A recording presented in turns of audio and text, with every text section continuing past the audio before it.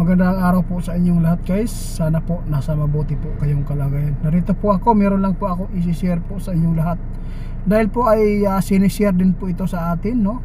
Kasi po napaka-sensitive po daw talaga yung papel na baluta. Kung kayo man po ay magsishare, dapat lang po daw ay hindi masyadong makapal. At dahan-dahan lang po na tayo ay magsishare po sa circle para po ay maingatan po natin ang ating iboto. Baka daw mapunta daw sa iba. Bakit po ba? Kaya naparito ako, isi-share ko lang. Mag-ingat po tayong lahat guys. Kung sino man po yung magboboto po ngayong Mayo 12, kung sino man po yung makapanood sa atin, dahan-dahan lang po tayo, no, na mag-share para po ay hindi masayang ang ating binoto.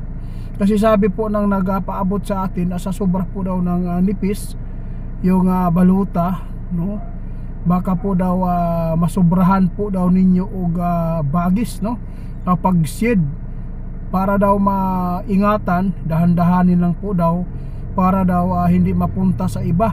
Kasi pag sobrang kapal po ng pag-seed po ninyo, baka po daw, sabi ng nagpaabot sa atin, mapunta sa iba. Kasi po kapag sobrang kapal na siguro, kasi tatagos po dyan sa tatagos po yung agi sa ato ang ballpen o lapis po ba yung ginagamit po ba natin noon.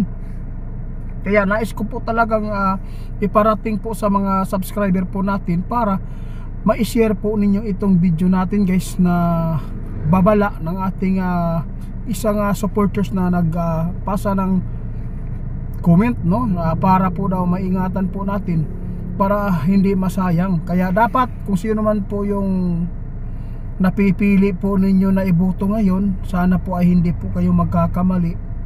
Kung meron man pong nadala sa pera, wala tayong magagawa yan guys, dahil po pagpapasya po ng kanilang sarili.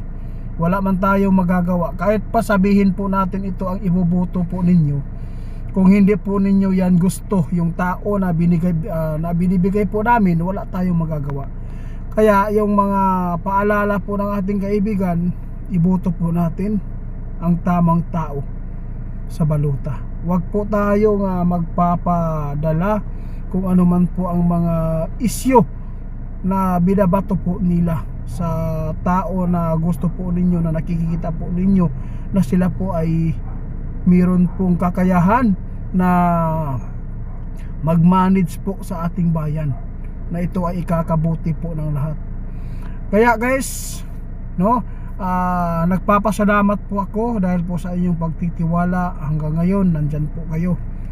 Wala po tayong magagawa, no, kung ano man po ang itinadhana ng Panginoon dito, kung sino po talaga ang ihalal, no, dito sa bansa natin. Kaya dapat po tayo mag-ingat kung ano man po ang ating masagupa sa bawat araw. Sana po na kaya lang po natin yung mga problema na ating masasagupa. Sana ay hindi mabigat.